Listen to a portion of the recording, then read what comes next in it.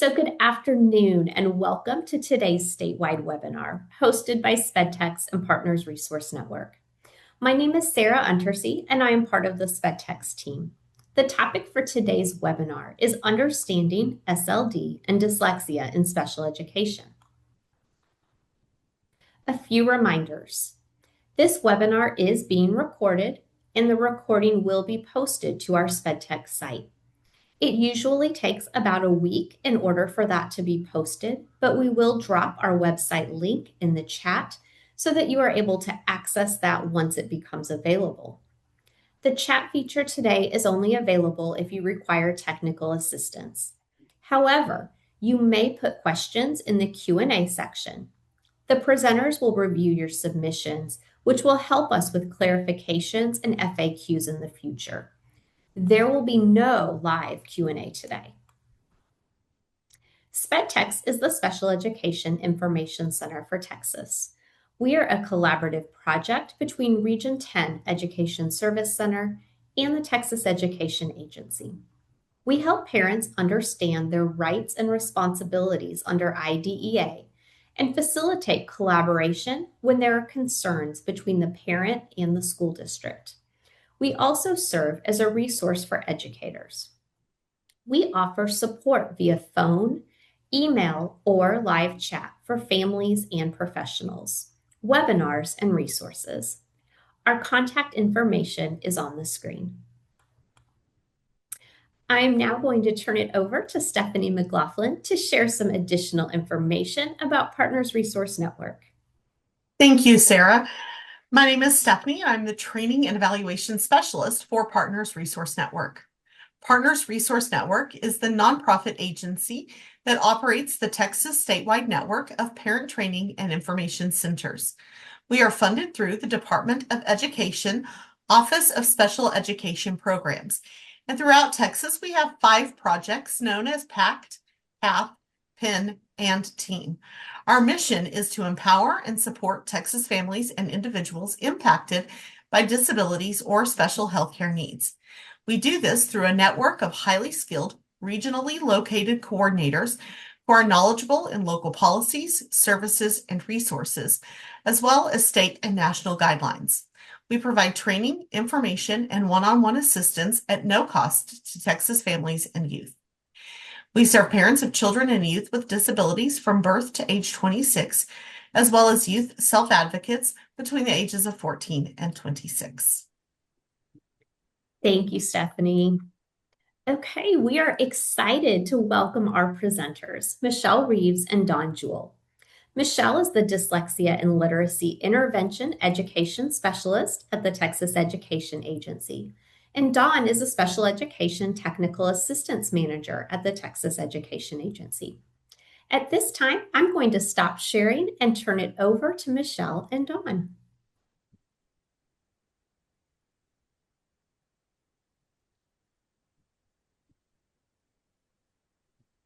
Good afternoon. I'm Dawn Jewell, and I'm going to be presenting first, and then Michelle will follow me. Thank you. Today, we're going to talk about understanding specific learning disabilities, known as SLDs, and dyslexia in special education. Let's take a look at our agenda. First, we're just going to do a quick overview of the special education evaluation process. Some of you may have heard this before. So here's a refresher, and for those of you who are new to it, I hope you'll find this information helpful. We're going to talk about if your child is suspected of having a specific learning disability, what that evaluation looks like. Let me note, please, for you, dyslexia is a specific learning disability. It just has some specific components that we're going to address at the end of the presentation. So let's begin.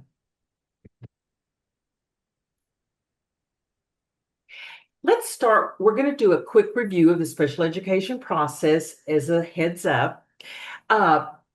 In this presentation, when I mention parents, this includes biological or adoptive parents, foster parents, a guardian, an individual acting in the place of a biological parent with whom the child lives or is legally responsible for the child's welfare, or a surrogate parent.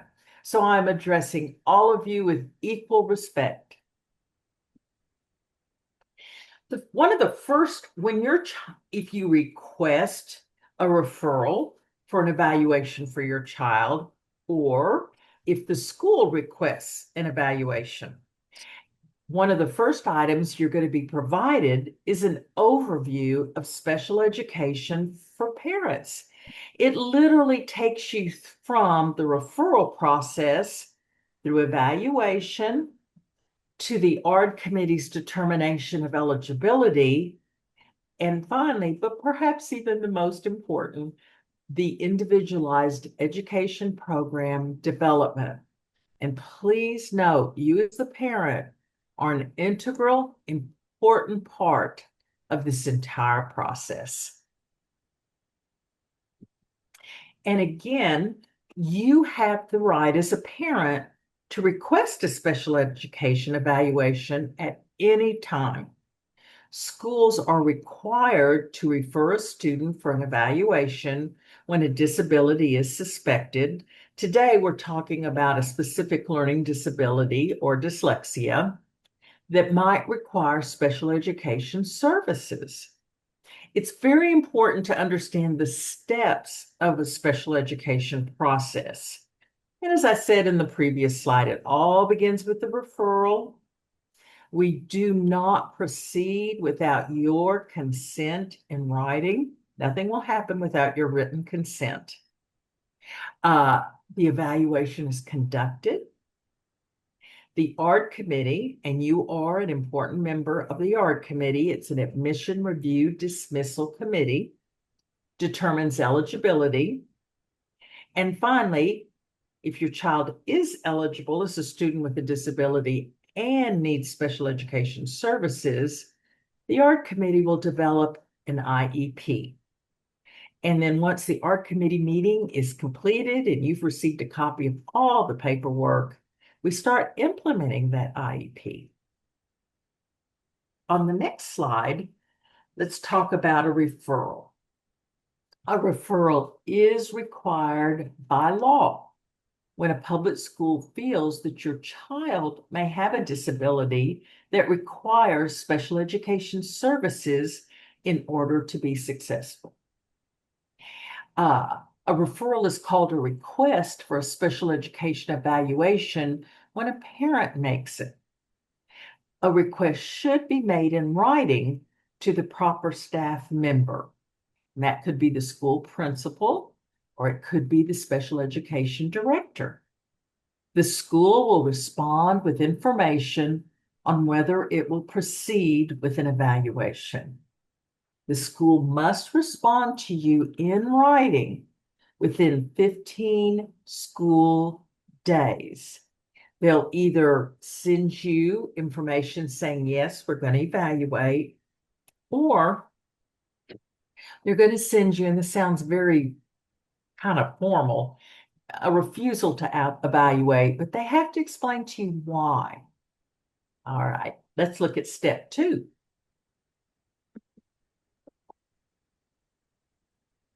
On the next, before anything happens, you're going to be asked whether you consent for the school to evaluate your child. Consent to evaluate is permission you choose to give for specially trained personnel to evaluate and assess your child in specific areas. And remember, today we're talking that specific area is a specific learning disability or dyslexia. Consent to evaluate is used by the school to start the timeline by which the school must complete your child's evaluation. With some exceptions, an evaluation must be completed within 45 school days. Okay, let's look at the next slide. Evaluation is done by a group of trained professionals. An evaluation is called a full individual and initial evaluation, or FIIE. We love to use acronyms in special education, you know that, which includes a written report of education recommendations and information about your child's strengths, interests, and challenges. Professionals with training in the suspected disability must participate. That could be someone like a licensed dyslexia therapist if dyslexia is suspected. An evaluation is done at no cost to you. If you do not agree with the school's evaluation, you may ask for an independent educational evaluation, otherwise known as an IEE. This would be done by someone who is not employed by the school. On the next page, on the next slide, now that the evaluation is completed, and I should add, you must receive a copy of the written report no later than 5 school days before the ARD committee meeting is conducted. First thing that ARD committee is going to do, and remember, you are a very important member of that, is they're going to determine if your child is eligible for special education services. This ARD committee is a team, including you, teachers, usually a general education teacher of your child, and a special education teacher, school administrators, and those with special expertise about your child, and professionals with special training about the suspected disability. And again, because we're talking about dyslexia, someone with special knowledge of dyslexia must be a member of that admission ARD meeting. In this meeting, the ARD committee meeting is going to discuss your child's evaluation report and identify your child's strengths and areas of need, and then determine first whether your child has a disability, and second, as a result of that disability, do they need special education services? Again, kind of going back to that timeline, once the evaluation report is done, and again, with some exceptions, they have 45 school days to complete it. The ARD committee then typically has 30 calendar days to determine eligibility and develop the IEP. I know that's a lot of dates to keep up with. On the next slide, if your child is eligible for special education services, then the ARD committee will also develop an individualized education program. So what is an IEP?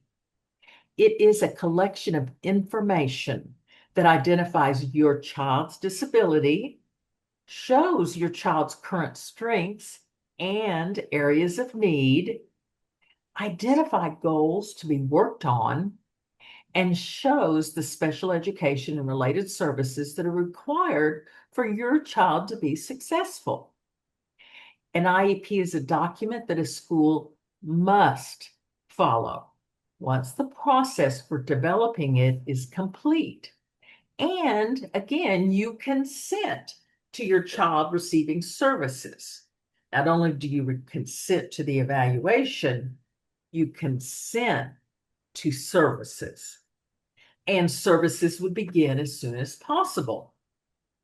And again, you have the right to participate in the development of the IEP and agree or disagree to your child getting special education services. Okay? So let's talk a little bit more specifically about specific learning disabilities. And a lot of times you'll just hear me say SLD. Let's look at this. That evaluation is completed by what we call a multidisciplinary team, otherwise known as an MDT. And they conduct an evaluation when an SLD is suspected. You, again, are an important member of that evaluation team. Your child's general education teacher is a member of that team. Evaluation personnel. That could be a school psychologist, an educational diagnostician, sometimes a speech language pathologist, sometimes an occupational therapist. But again, because we suspect dyslexia, a professional with special knowledge of dyslexia must be part of this evaluation team. Okay. Next, it is best practice that we observe your child in the classroom in the area of difficulty. Now, in this case, since we're talking about dyslexia, we're probably going to want to observe your child in reading, language arts, whatever that period's called, English. That's the most likely area. And the reason we recommend we do our observation first is when the person goes and sits in the back of the room, it's a stranger to the child. It draws no attention to them being in there, versus later, they may know who that person is because that person is doing some testing with them. So that's why we make that recommendation. The next thing that happens, we have to document inadequate achievement. So there are 8 different areas, and let me break them down for you a little bit. The first one is oral expression. So, what does that mean? It means your child may struggle to answer questions, participate in discussions, or explain their reasoning, which can affect classroom engagement and social interaction. The next area is listening comprehension. Your child may miss instructions, misunderstand lessons, or have trouble following conversations, leading to confusion and reduced academic performance. Now, as you can see, a lot of times when there are difficulties in the areas of oral expression and or listening comprehension, we may ask a speech language pathologist to join the evaluation team to look at those areas more deeply. Let's talk about if your child is having difficulty in written expression. Your child may produce incomplete, disorganized, or grammatically incorrect writing, making it hard to demonstrate knowledge or complete assignments. Dysgraphia falls under written expression. Today's presentation is really not going to get into dysgraphia. So I really just want to share with you, dysgraphia would fall under written expression. Now we're moving more into dyslexia. If your child has difficulty in basic reading skill, they may struggle to decode and recognize words, impacting reading fluency and comprehension skills necessary to progress in grade level content. And Michelle's going to go into that deeper. If your child struggles with reading fluency skills, they may read slowly or with frequent errors, making it difficult to understand what they are reading and to complete assignments in a timely manner. If your child has difficulty with reading comprehension, they may read words correctly, but fail to grasp the main idea, make inferences, or answer questions about the text, limiting their ability to learn from reading.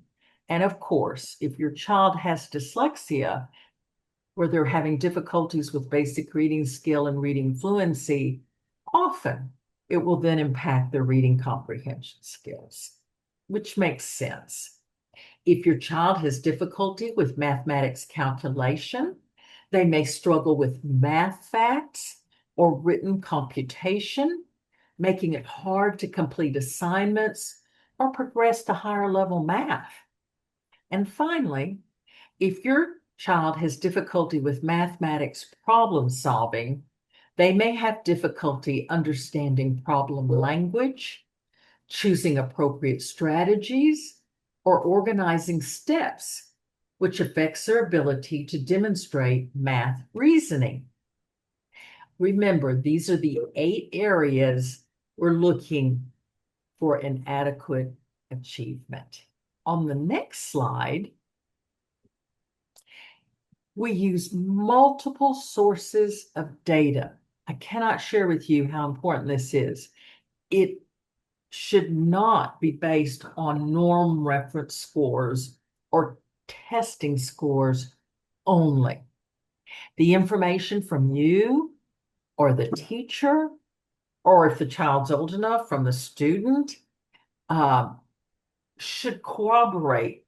It should, okay, that makes sense. Their scores are low here, and the parents' information says they struggle with this.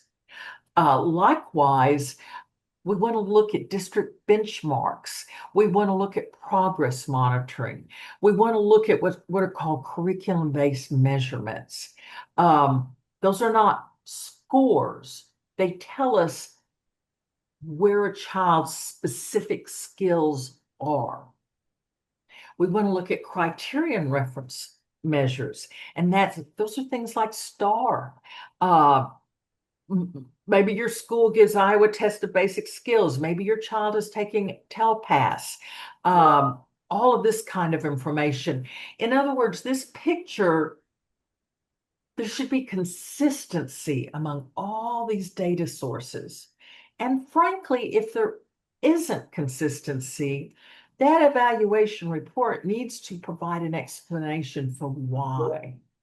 Maybe the task we measure in testing is different from the way we measure the task in the classroom.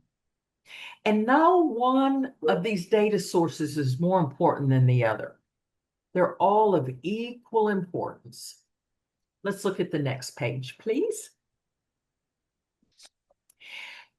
There are things called rule outs. Obviously, it makes perfect sense. If your child has not had appropriate instruction in reading and math, it's not right to say they have a specific learning disability.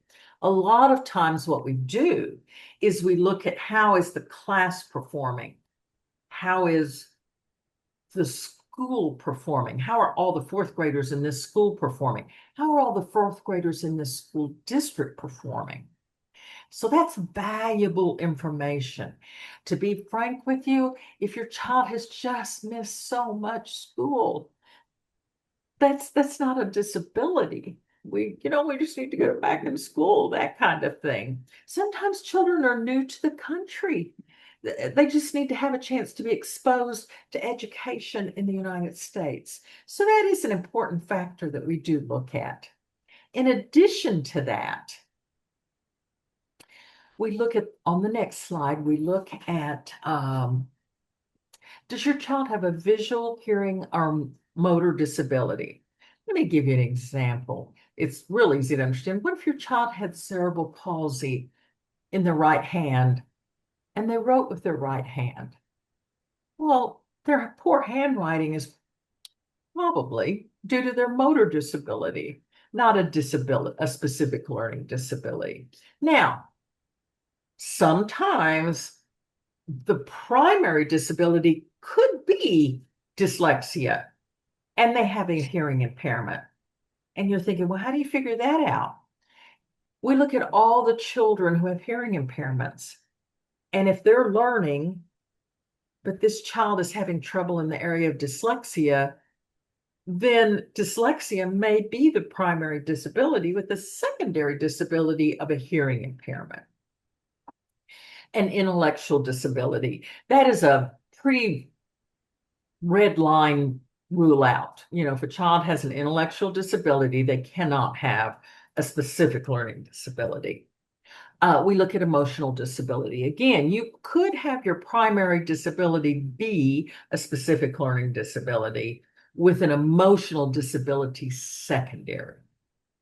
Again, environmental, cultural, or economic disadvantage, and language proficiency. We're always challenged, is it a language difference or is it a language disability? If it is a language difference, they would not have a specific learning disability. So there are definitely some intricacies to interpreting this evaluation. And last but not least, dyslexia is a specific learning disability, and dyslexia falls under special education. If your child receives dyslexia services, they are receiving special education services. And that is my lead-in to your next speaker, Michelle Reeves. Good afternoon, everyone.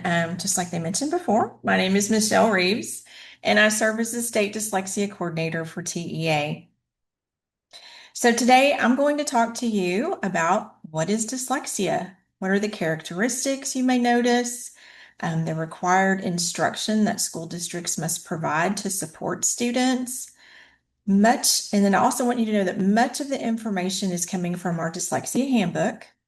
And then also we have a dyslexia and related disorders information for parents document. So it's coming from that as well. And I will show you in this presentation where you can find both documents. So during our time together, I'll highlight some of the most important points that come from those documents.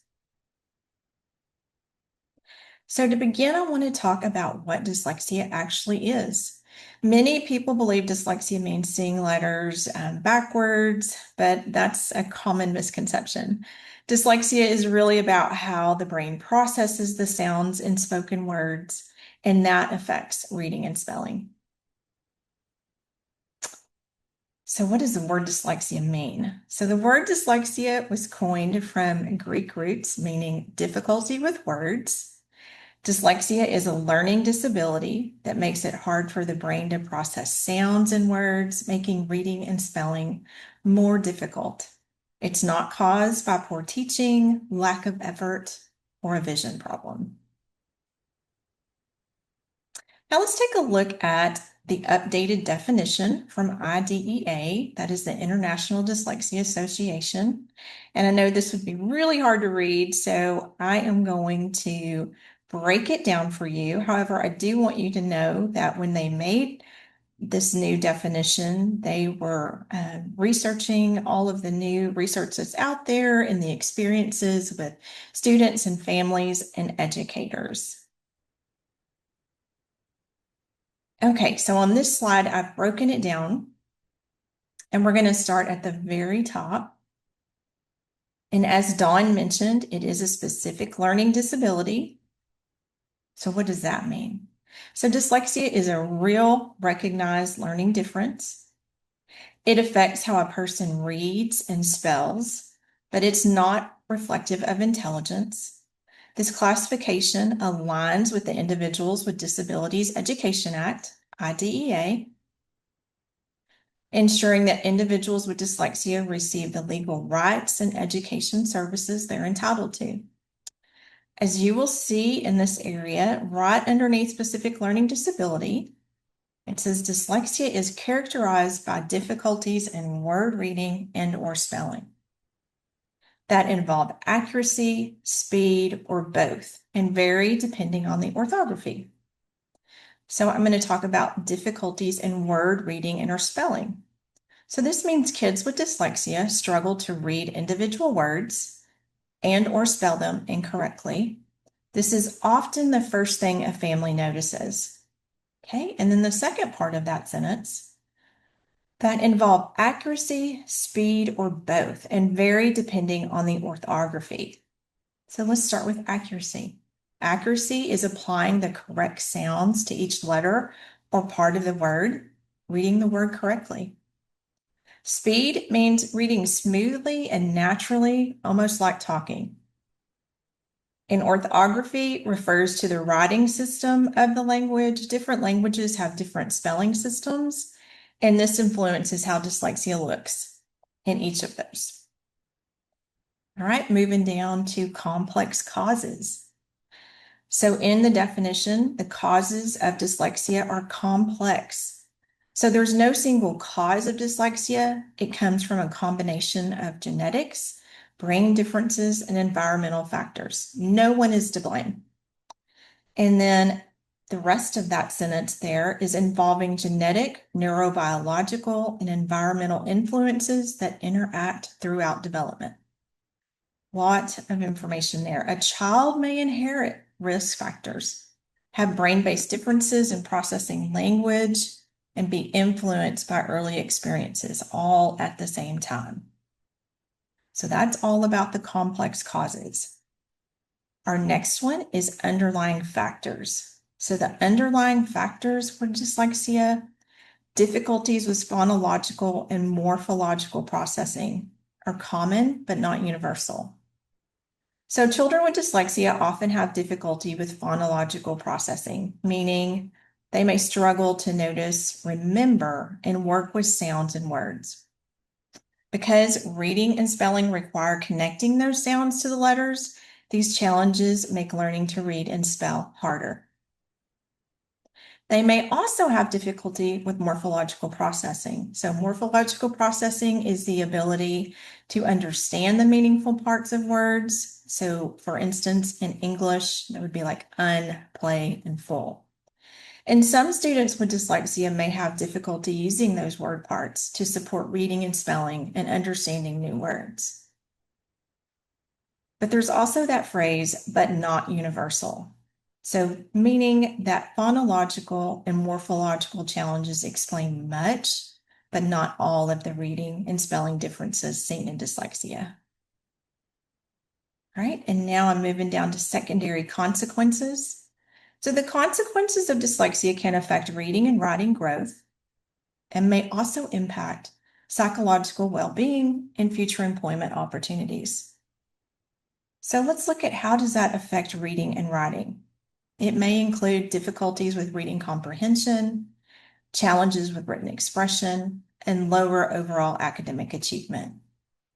And then how does it impact psychological well-being in the future employment opportunities? Well, dyslexia can affect a person's self-esteem. They could have depression, which may influence career opportunities later in life. And then the last part of the definition talks about importance of early support. So language and literacy support before and during the early years of education is particularly effective. And that's why we have screening in dyslexia in kindergarten and first grade. But I also wanted to point out our primary characteristics that we have in our dyslexia handbook. So you can see on the left, that is our state dyslexia handbook. So in Texas, we have the dyslexia handbook.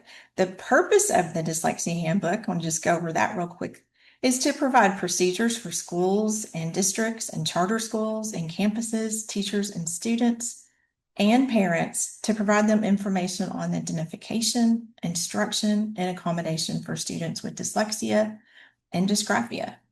In the handbook, you will find a list of the primary reading and spelling characteristics, and you can see them right there on the slide. And so I'm going to go through these. They're going to sound a lot like the definition that I just went through in the slide previously. So reading words in isolation. This means having difficulty reading individual words in a list. So envision like a piece of paper and a list of words. So it's not part of a sentence or a paragraph. And then accurately decoding unfamiliar words. So this means not being able to apply the correct sounds with the letters in an unknown word or a word that has not been taught. Okay, and then we have oral reading or reading aloud. So you would notice possibly the child may read aloud slowly. They make a lot of mistakes. They're pretty frequent. Or it seems like they're working really hard just to get through the words and read them out loud. And they may also lack having the natural phrasing or expression. And one thing about slow reading, it can cause issues with comprehension because we've used all of our energy to read those individual words. The last primary characteristic of dyslexia is difficulty with spelling. So students with dyslexia struggle with spelling because they have trouble connecting the sounds they hear in words to the letters that represent those sounds. This can make it hard for them to remember spelling patterns, break words into parts, or spell a word the same way twice. These challenges are not due to a lack of effort. They are directly related to the way the brain processes language.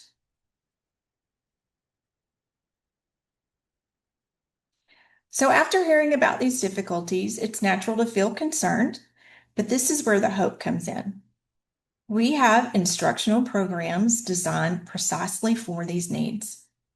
When students receive explicit, systematic, multisensory instruction, or multimodal, they can make steady, meaningful progress. Although these characteristics can be challenging, we want you to know that there is strong, effective instruction available, and it works. Students with dyslexia can and do learn to read and spell with the right support. Dyslexia is such a passion for me. I am dyslexic. I have children with dyslexia, even one with dysgraphia. So this is a near and dear subject to my heart. Right, so the effective instruction. I'm going to talk about the instructional piece. And the effective instruction for students identified with dyslexia is an evidence-based dyslexia program. An evidence-based dyslexia program is considered specially designed instruction, SDI, and therefore a special education service. So the provisions of those services must follow the IDEA requirements. So this means that evidence-based dyslexia instruction is only available to students who are served under IDEA, which prescribes the legal requirements for special education and related services. The evidence-based dyslexia program will be documented as a special education service that is received in a special education location. The ARD committee, which includes you, the parent, will document the frequency and duration of services in accordance with the evidence-based dyslexia program requirements, unless the ARD committee is adding to or extending the specially designed instruction, SDI, that is required to meet the student's needs. So as I mentioned, the handbook has very specific criteria for dyslexia instruction, evidence-based dyslexia instruction, and that information can be found on pages 39 through 41, and we're going to go through them. So the components of instruction, these components are grounded in research and are designed to meet the unique learning needs of students with dyslexia. The critical evidence-based components of instruction include, and you can see on the slide, starting over there in the little red square, phonological awareness. So that's recognize and manipulate sounds and words. Sound symbol association. I'm going across the top and then I'll go back down to the bottom. So that's phonics, sound letters make, syllabication, breaking words into parts, orthography, knowing how to spell words and spelling patterns, morphology, so that's prefixes, roots, suffixes, syntax, knowledge of how words are arranged in a meaningful sentence, so creating a meaningful sentence, reading comprehension, understanding what you read, reading fluency, reading smoothly, accurately, and with expression.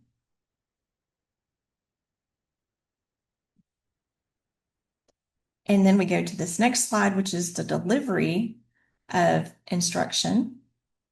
And we start with simultaneous, multisensory, visual, auditory, kinesthetic, tactile, or another term is multimodal. So students learn through visual, auditory, kinesthetic, tactile.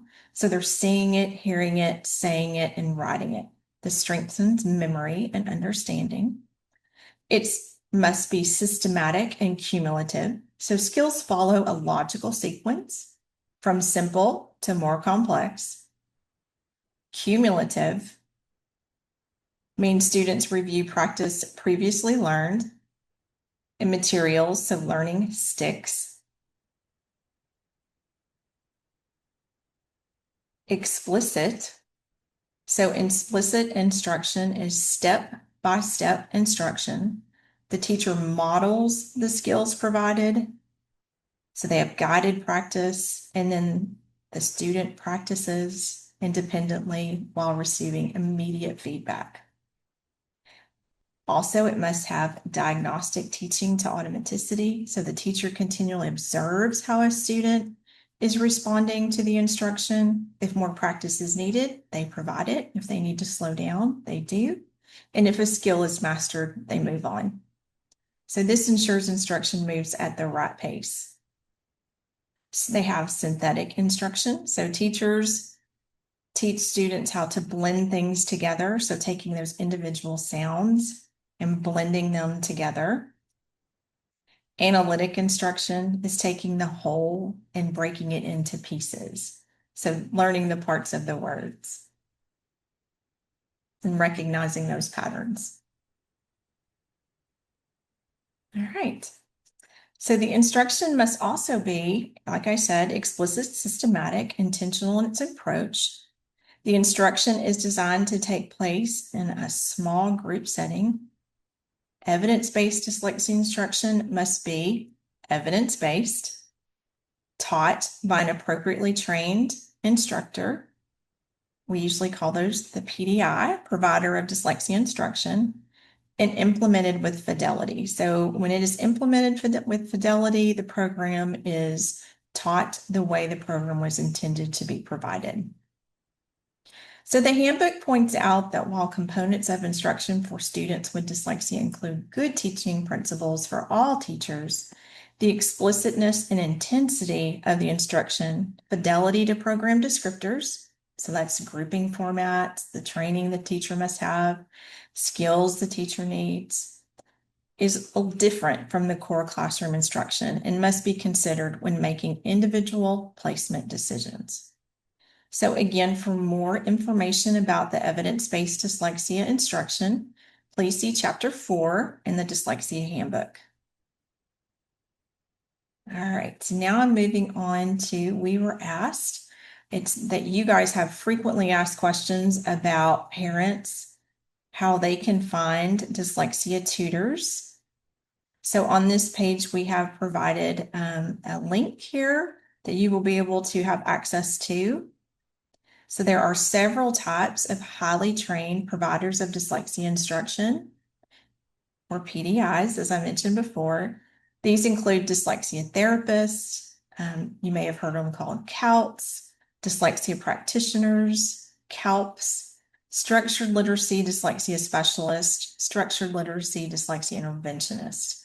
So all of these professionals have completed rigorous specialized training in structured literacy and dyslexia intervention, well beyond general reading instruction. So again, on this slide, you will see several directories that you can use to locate trained providers.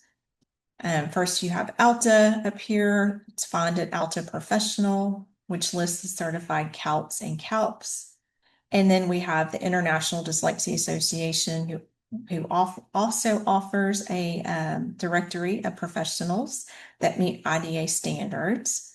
And then you have the Center for Effective Reading Instruction, and they too have a directory, a list who have those credentials. So additionally, if your child is already receiving dyslexia instruction, you may want to contact that professional and ask them if they have any recommendations and guide you to some reputable options for a tutor. All right, as I mentioned before, this is our dyslexia and related disorder page at TEA.